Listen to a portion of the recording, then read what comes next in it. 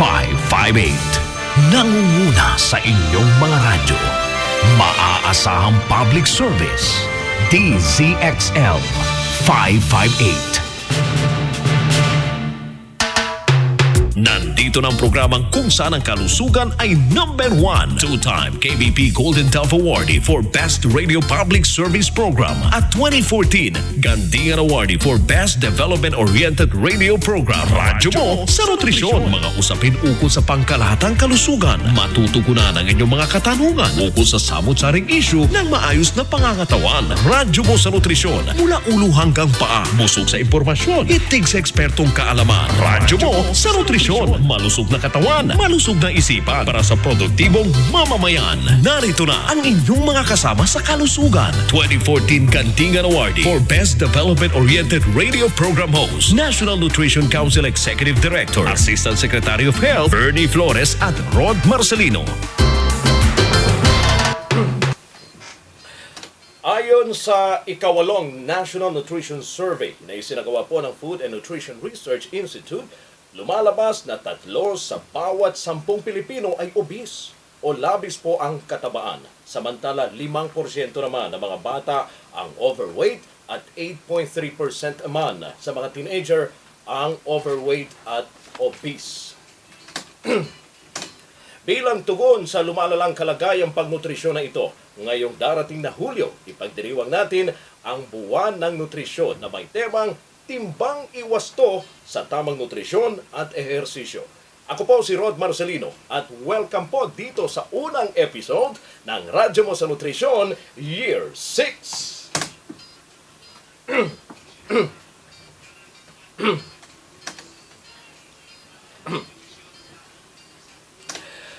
Mga kanutrisyon, ating pong titimbangin ang mga mabibigat na usapin tungkol po sa pagiging overweight at obese.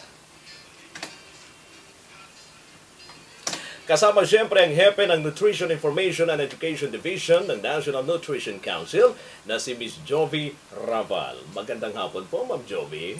Magandang hapon din, Rod. At siyempre sa ating mga tagapakinig, na Year 6 na po ang Radyo Mo sa Nutrisyon. Naku, parang kailan lang. 6 na taon na po ang Radyo Mo sa Nutrisyon. Ang daming mga nagte-text nung mga nakarang araw, ang daming nagtatanong kung kailan babalik ang ating programa. Eto na po. Oo, at syempre, mas pinapaganda pa natin lalo ang Radyo Mo sa Nutrisyon dahil may good news ako sa iyo, Rod. Naku mo, good news. Yes. Unang salbo sa 6 na taon, good news kaagad. Yes, of course. Babalita ko lang na ang National Nutrition Council ay ISO certified na.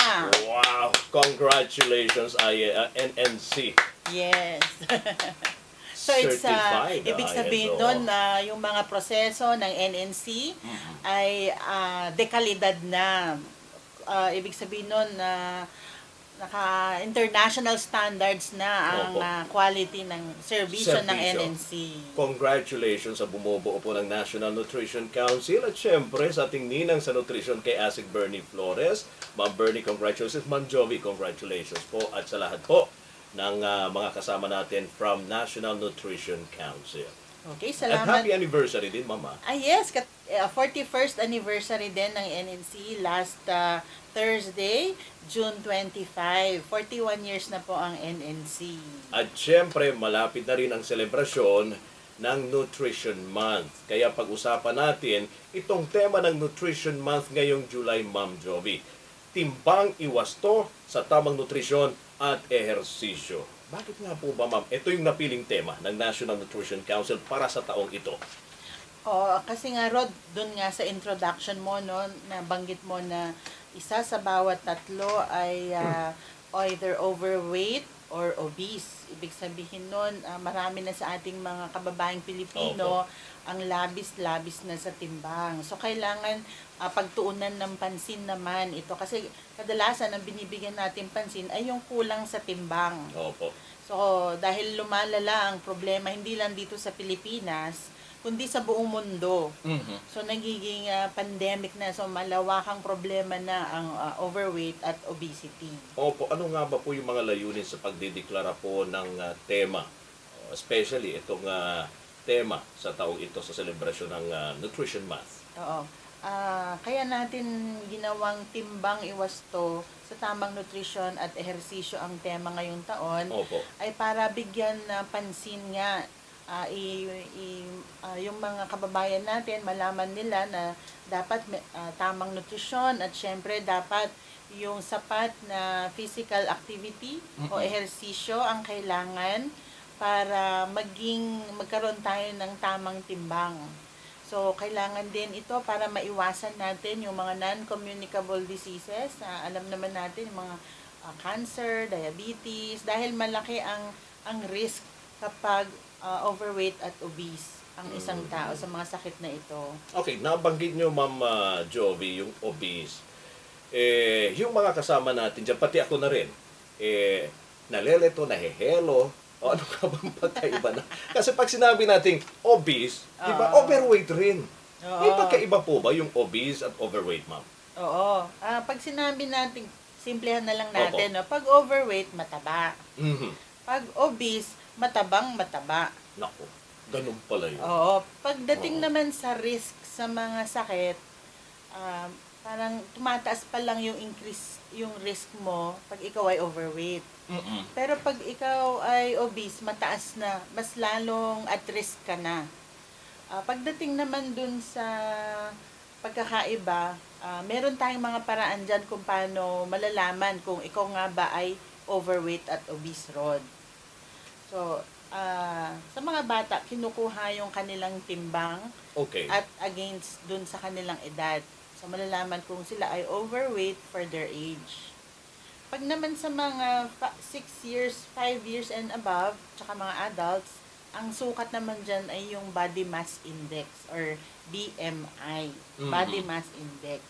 So, kung may body mass index ka na 18.5 to 24.9, yun ay normal. Pag 25 to 29.9, overweight yon.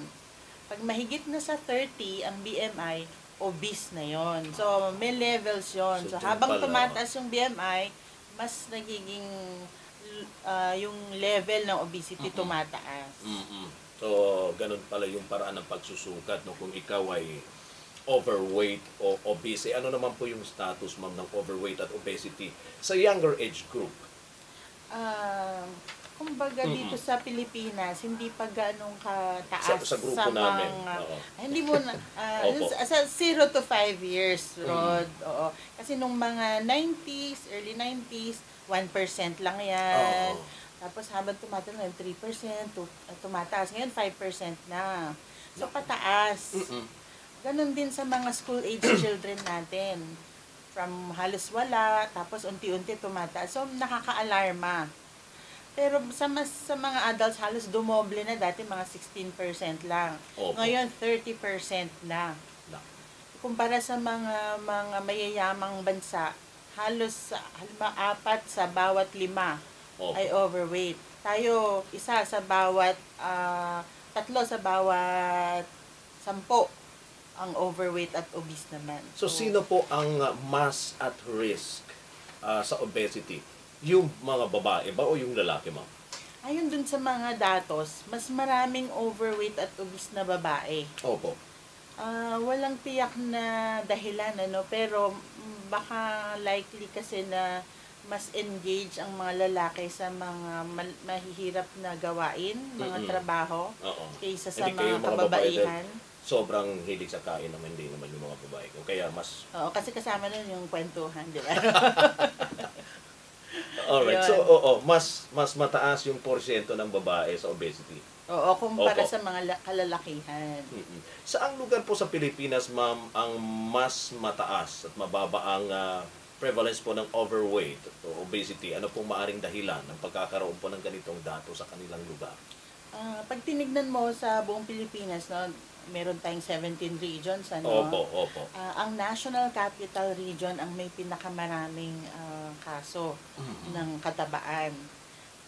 Susunod dyan yung mga highly populous na regions din. Region Calabarzon, yung Cavite, Laguna, Batangas, Rizal, Quezon, yung Region 11, Region 6, Cordillera. So usually dun sa mga urban areas. Oo. Bakit po? Anong dahilan ba? Kasi yung pag sa urban areas, mas madali na ang transport system. So Oo. usually hindi na naglalakad. Opo. Sumasakay na lang dito nga, 'di ba? Imbis na maglakad, magpe-pedicab pa kahit Oo. napakalapit, 'di ba? Napansin So- ko nga dati kahit gaano kalayuan, abay nilalakad lang yan. Pero ngayon, mas nagiging tamad eh. Oo, so Yung karamihan bawas yun dun sa Opo. ehersisyo, 'di ba? Mhm. And then of course, pag sa mga urban places, mas maraming kumakain na sa labas. Mm-mm. So yung mga kumakain sa mga fast foods, yung mga pagkain sa fast food, wala kang choice.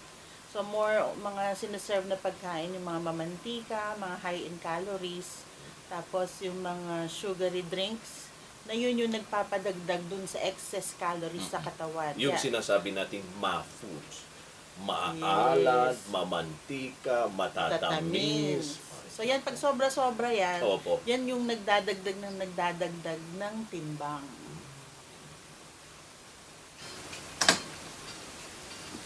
Ayon sa World Health Organization, panglima ang pagiging overweight at obese sa mga pangunahing sanhi ng kamatayan sa buong mundo.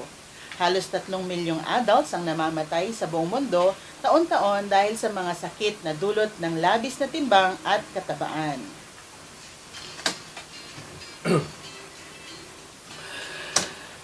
Naku mga kasama, heavy god pala talaga itong obesity at overweight. Ang pinagtataka ko lang, Ma'am Joby, sa hirap ng buhay ni Juan de la Cruz, bakit madami pa din mga Pilipinong tumataba? I mean, alam ko lagana po yung kahirapan, kaya madami ang nagugutom, pero bakit kaya nagtataba?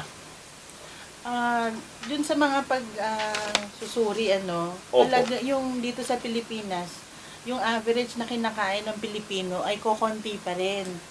So, pero pag tinignan mo rin yung datos dun sa physical activity, mas halos 3/4 ng mga Pilipino kulang sa ehersisyo.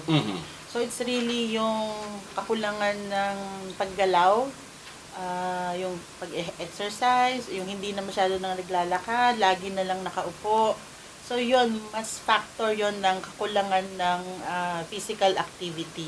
Kaya mas maraming mga, kahit mahirap, pwede ring maging obese. Kasi meron na rin hindi lang yung mga mayayaman ang masasabi mong Prone rito, opo.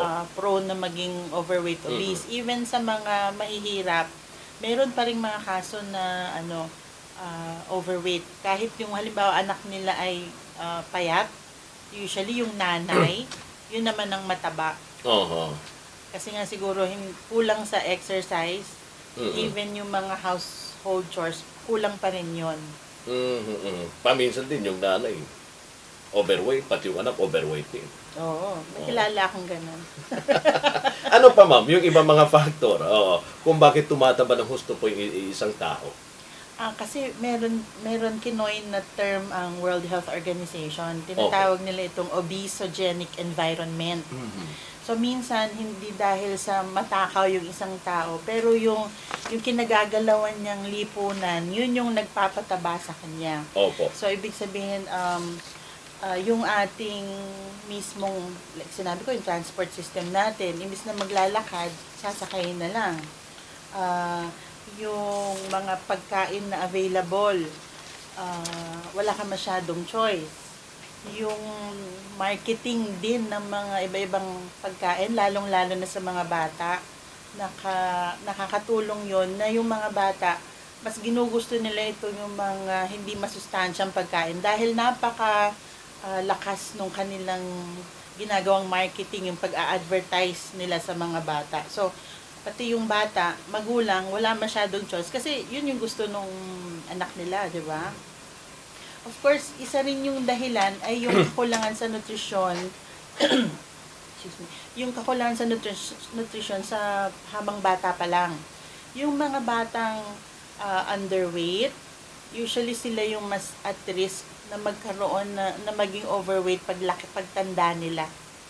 And then of course, meron ding pag-aaral na yung mga hindi pinasusong mga bata, yung pinainom ng formula milk, sila yung mas at risk sa overweight at obesity pagtanda nila. Pero yung ibang mga magulang, gustong-gusto nilang makita yung kanilang mga anak na matataba. Tama ba yun, ma'am?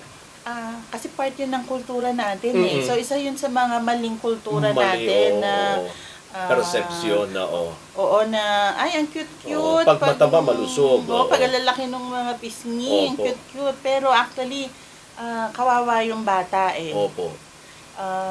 Kasi una, paglaki niya, mahirap na siyang mag-lose ng weight kasi nakasanayan na niya kumain ng marami.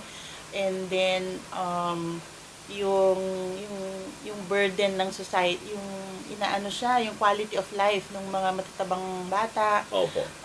tinutokso, so nagkaka-develop ng mga shyness, naging extrovert, so may social implications din yung pagiging overweight at obese. Ayun. Ma'am Joby, nabanggit niyo po yung physical inactivity, dietary pattern, child undernutrition, poor breastfeeding. Mayroon pa ba hong ibang mga dahilan kung bakit tumataba ng husto yung isang tao? Yung nga sinabi ko, yung obesogenic environment, yung kailangan magkaroon siguro ng mga polisiya para makontrol yung marketing ng mga unhealthy foods, lalong-lalo na sa mga bata. Kasi naging malaking impluensya yon dun sa food choices ng mga bata at pati ng mga magulang. Alright. Mga kasama, word for the day muna tayo. Nabanggit na rin lang natin kanina kung paano malaman kung healthy ang timbang ng isang tao.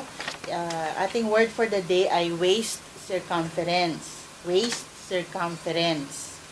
Doon muna tayo po sa word na circumference. Ang circumference ay ang perimeter o sukat ng distansya paikot sa isang bilog.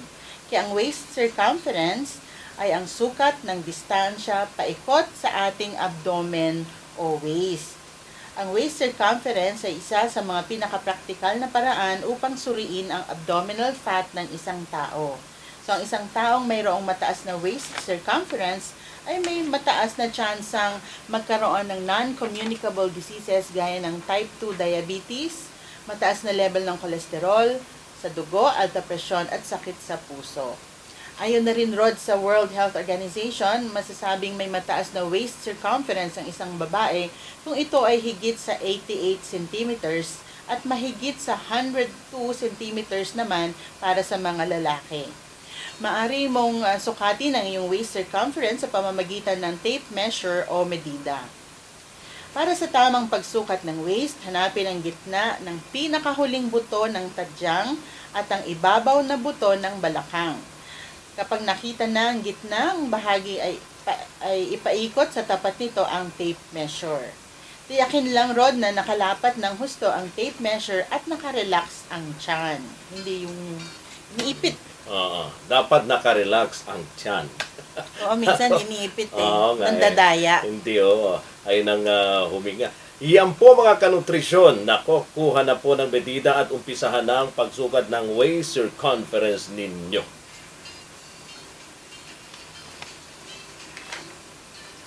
At Ma'am Joby? Tandaan po natin, mainam na below 88 centimeters or 34 inches sa mga babae at below 102 centimeters o about 40 inches naman sa mga lalaki para makaiwas sa non-communicable diseases. Salamat po Ma'am Joby sa ating word for the day. Doon naman sa mga nais pong itanong tungkol po sa ating pagsa ngayong hapon. Maaari po kayong mag-text sa 0921-431-1044. Yan po para sa mga gumagamit po ng Smart 0927-650-6795 para sa Globe subscribers at para naman sa Sun subscribers 0942-570-0106. O di kayo tumawag po kayo mga kanutrisyon sa aming landline sa 882-2374. Pwede rin po kayong mapakinggan muli at mapanood ang ating episode ngayon at yung mga nakaraan sa internet. Puntahan nyo lamang po ang Radyo Mo sa Nutrisyon channel sa youtube.com/Radyo Mo sa Nutrisyon.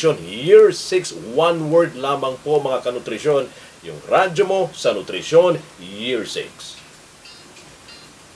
Dalawang versions po ang mapapanood nyo sa YouTube. Ang una po ay available agad pagkatapos ng programa at ang ikalawang version po ay HD or High Definition na mapapanood nyo simula sa alas 6 ng gabi sa YouTube. At pwede nyo rin po kaming bisitahin sa Facebook. Hanapin nyo lamang ang Radyo Mo sa Nutrisyon. One word po iyon, mga suki.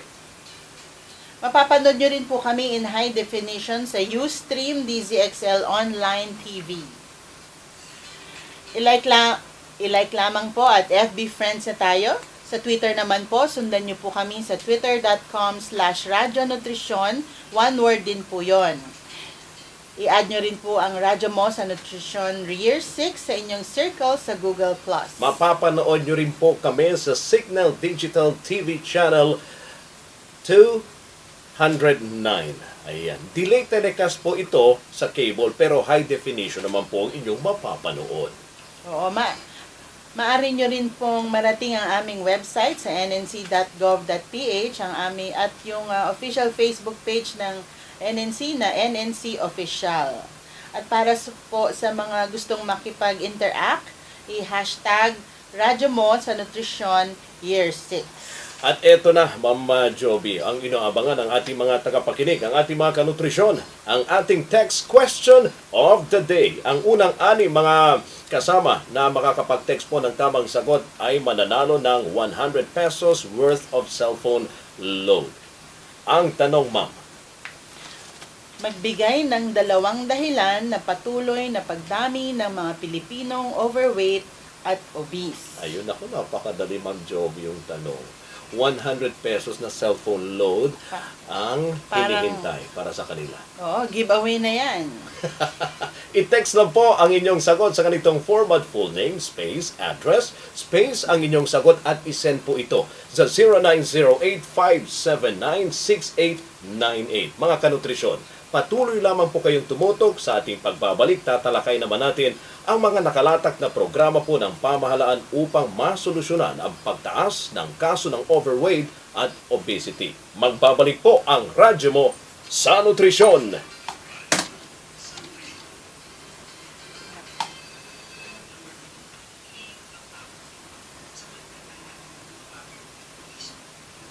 Ay ng ating timbang, mag-ehersisyo, maglakad, magsayaw. Talaga? Nakikinig din si Mundi, Uy, nag-text pwede na. ka bang maimbitang mag-ballroom dancing? Ha?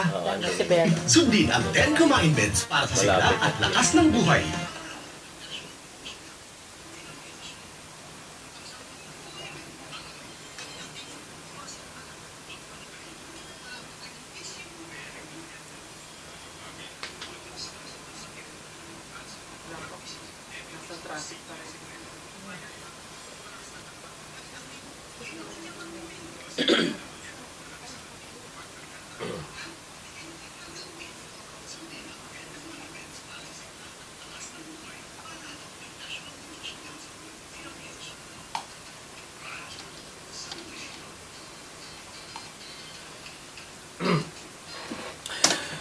Welcome back po mga kanutrisyon. Miss Joey, bukod po sa pagdiriwang ng Nutrition Month, ano-ano po ba yung mga kasalukuyang programa po ng pamahalaan para matugunan o masolusyonan po at maiwasan ang problema ng overweight at obesity, ma'am?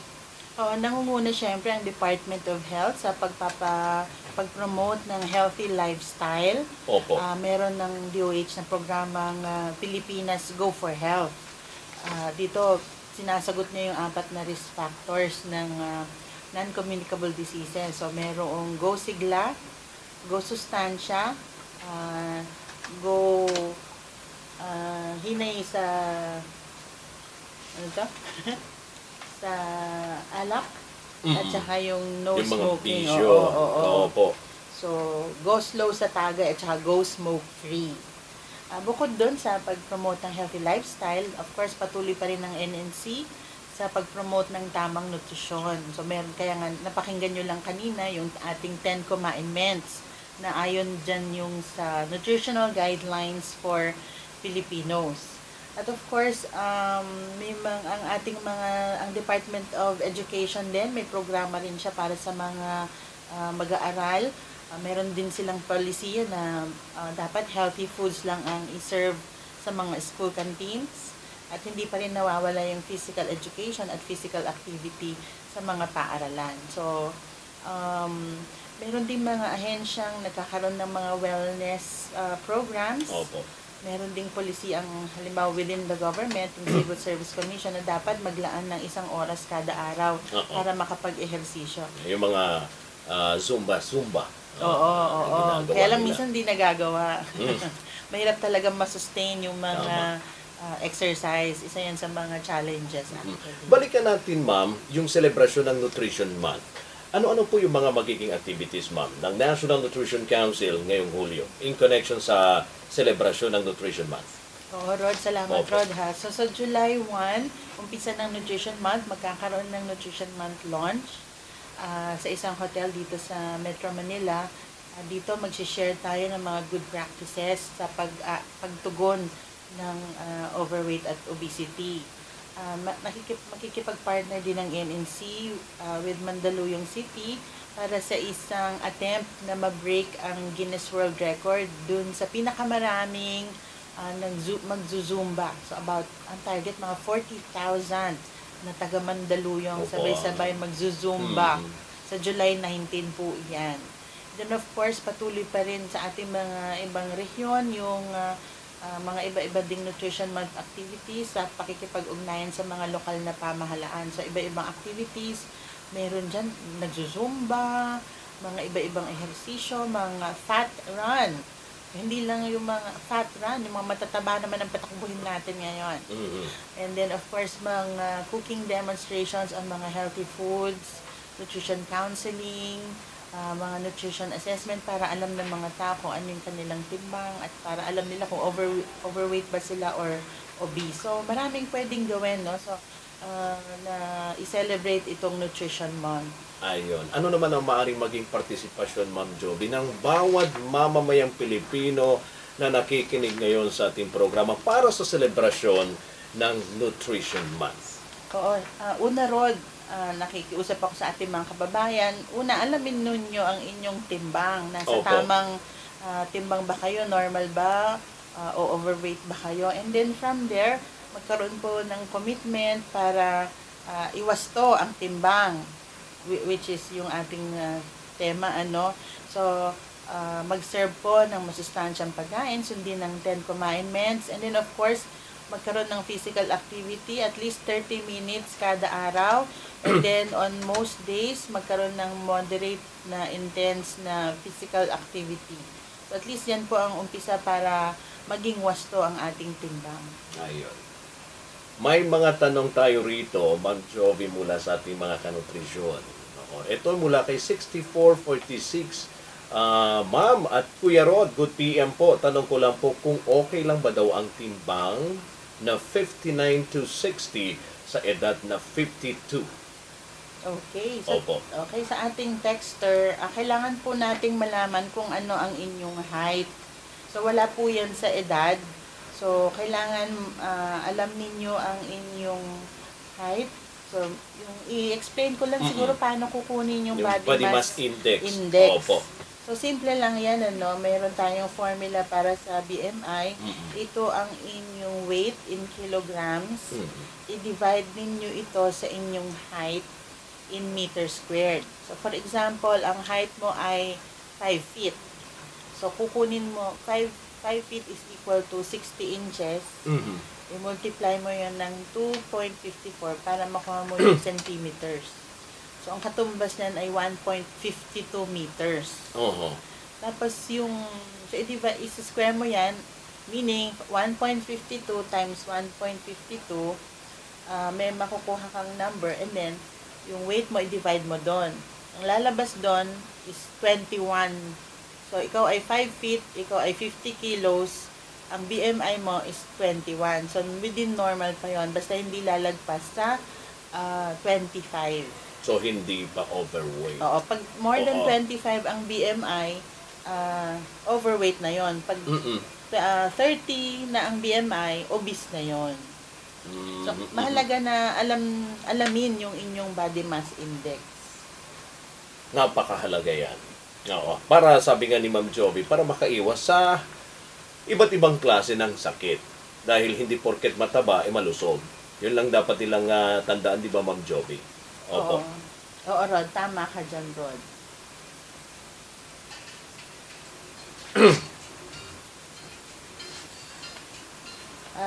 siguro hanggang dito na lang muna ang pagsagot natin ng mga text questions. Kailangan na nating mag-recap. Isa sa mga malaking suliranin na pangkalusugan sa ating bansa ngayon ang pagtaas ng bilang ng mga overweight at obese, maging bata man o matatanda.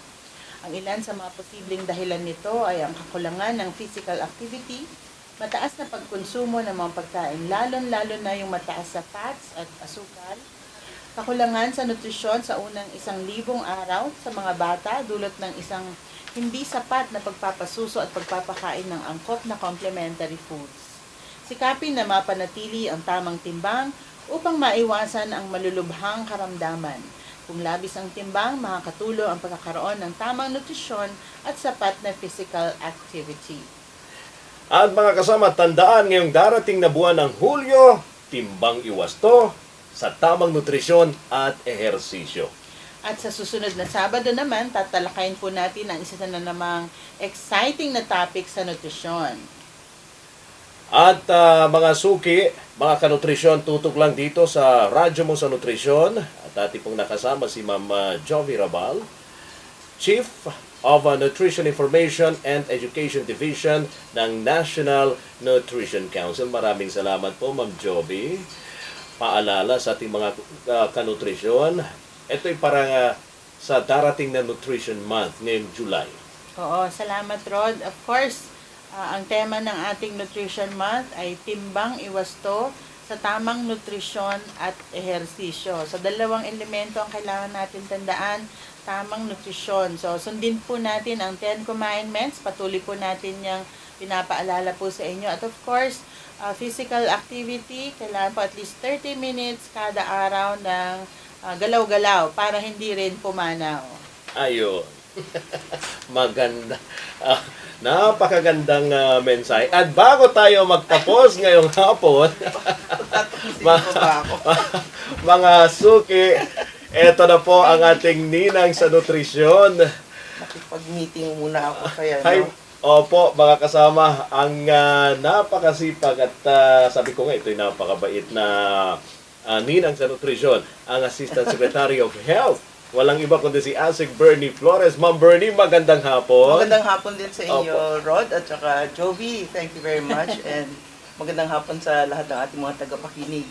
May meeting lang kami ni Chairman Tolentino tungkol sa EDSA traffic. Ayun.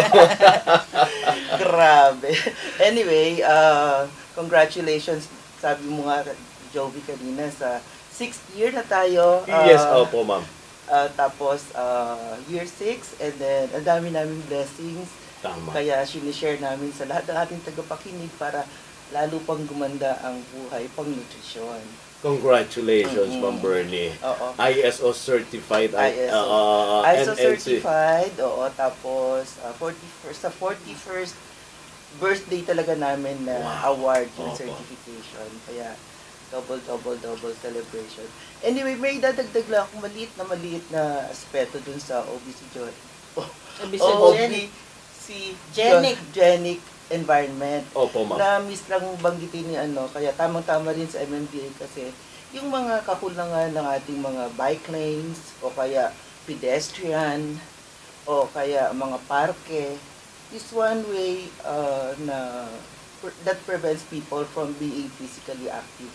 Instead na maglakad, masagasaan ka, di mag-tricycle ka na lang o magpa-jog, di ba? Tama. Tapos yung mga bata, yung mga pamilya, walang pasyalan apart from restaurants. Wala na ng parke.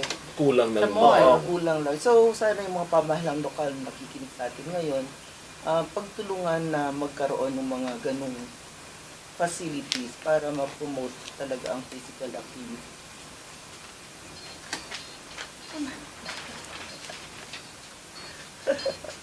Alright, samantala mga kasama, eto na po ang 6 na nanalo ng tig-100 cellphone load. Ang mag-a-announce rito, walang iba kundi ang ating ninang sa nutrisyon. Alright. Ang 6 na winners na sumagot po ng tama sa ating tanong kanina na magbigay ng 2 dahilan ng patuloy na pagdami po ng mga Pilipinong overweight o obese. Ma'am Yung- Bernie, opo. Yung mataba at Yung- mataba. Ayun, opo. At ang mga sagot ay lack of physical activity, obesity and environment, child undernutrition, poor breastfeeding, dietary pattern, marketing of unhealthy foods, especially to children.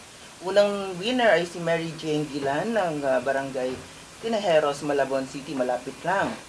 Okay, ang pangalawang winner, si Hoven Mora ng Barangay Signal Village, Taguig City.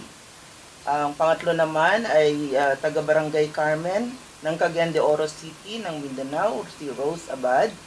Ang pang-apat ay si Adora Alnora Erwin Angeles ng Tondo, Manila. Si Rodel Peña Verde ang panglima sa taga-Barangay Kamuhagi ng Gumaca, Quezon. At si Richard Balico ng San Jose City, Nueva Ecija, ang pang-anim nating winners. So maraming salamat sa inyong paglahok at congratulations sa inyong lahat.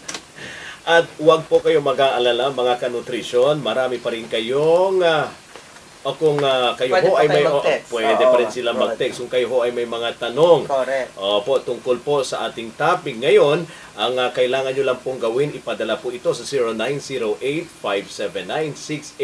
0908-579-6898. At kahit wala na po tayo sa ere po, ASEC, no? Ito ay sasagutin ng ating resource person ngayong hapon at the same time siya rin po Nag-anchor. Oo. Si Miss kanina Jovi si Ma'am Rabal. Jovi Rabal Oo. sa tulong ng ating production team. Dahil po yan ang patuloy na serbisyo publiko ng Radyo Mo sa Nutrisyon. Muli po tayo magsasalo-salo sa iisa na namang malusog na talakayan sa susunod na Sabado sa ganap na 12:30 ng tanghali dito sa Radyo Mo sa Nutrisyon, DZXL 558. Tandaan, dito po sa Radyo Mo sa Nutrisyon, abay bubusugin namin kayo sa impormasyon. At sisiksikin namin kayo ng mga tip tungkol sa tamang nutrisyon. At tutulungan namin kayong iwaksi ang mga maling gawain kumukontra po sa mabuting kalusugan. Wastong nutrisyon, impormasyon. Solusyon, positibong aksyon. Tandaan lamang po, malusog na katawan, malusog na isipan, para sa malusog na mamamayan. Ako pang inyong lingkod, Health Assistant Secretary and Executive Director ng National Nutrition Council, Bernie Flores. At ako naman po si Rod Marcelino, Ma'am Jovi. At ako rin, si Jovi Rabal. Kami po, Maraming salamat, Jovi. maraming salamat po Ma'am Jovi. Kami po inyong kabalikan sa kalusugan at wastong nutrisyon. Sabay-sabay tayo mga kanutrisyon dito sa Radyo Mo sa Nutrisyon!